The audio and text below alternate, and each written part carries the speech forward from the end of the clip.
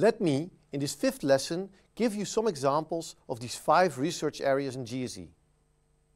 Starting with how to do GSE in practice. Many companies work with Scrum, also distributed companies and distributed projects. So how to do Scrum when it is distributed? How do you deal with daily meetings when people are in different time zones? How do you do sprint retrospectives if people cannot see each other? GSE as a research line is a very practical one. Many companies have experience with it. So it's easy to approach them and share their knowledge. Share their experience.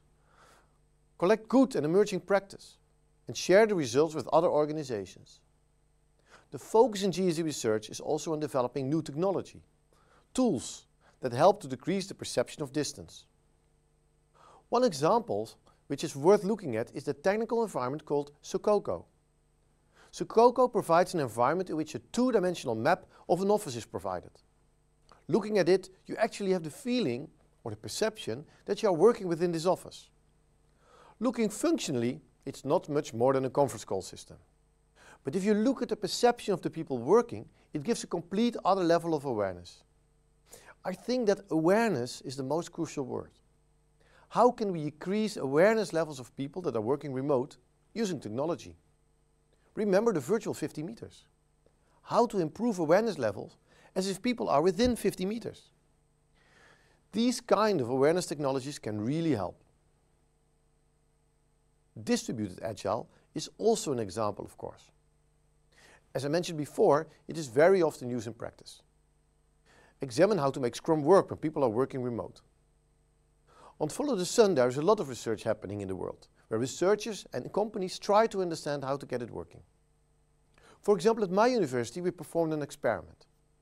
We looked at the number of sites in a sequence when you work around the globe, and to which extent this has impact.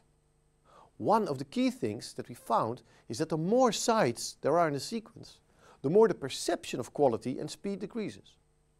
And also, when development sites have no direct contact with the customer and only with other development sites, then their perception of performance decreases significantly.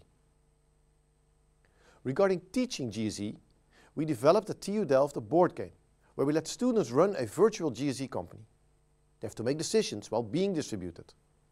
We actually published some work on this as well. We investigated if playing this game increases their understanding of GSE engineers and GSE companies. Finalizing on GSE research, there is the International Conference on Global Software Engineering. That is the most important global event where researchers and practitioners meet and share their experiences and see how they can increase practices. What kind of practices emerge in companies? And how do they create the virtual 50 meters? Because if the virtual 50 meters is there, we really solve the challenge of global software engineering. But it will take many years before all these challenges are solved and when all questions are answered. But that's okay, because it creates many opportunities for research. And as a scientist, I then get happy, because the more questions and the more research is possible, the more fun there is.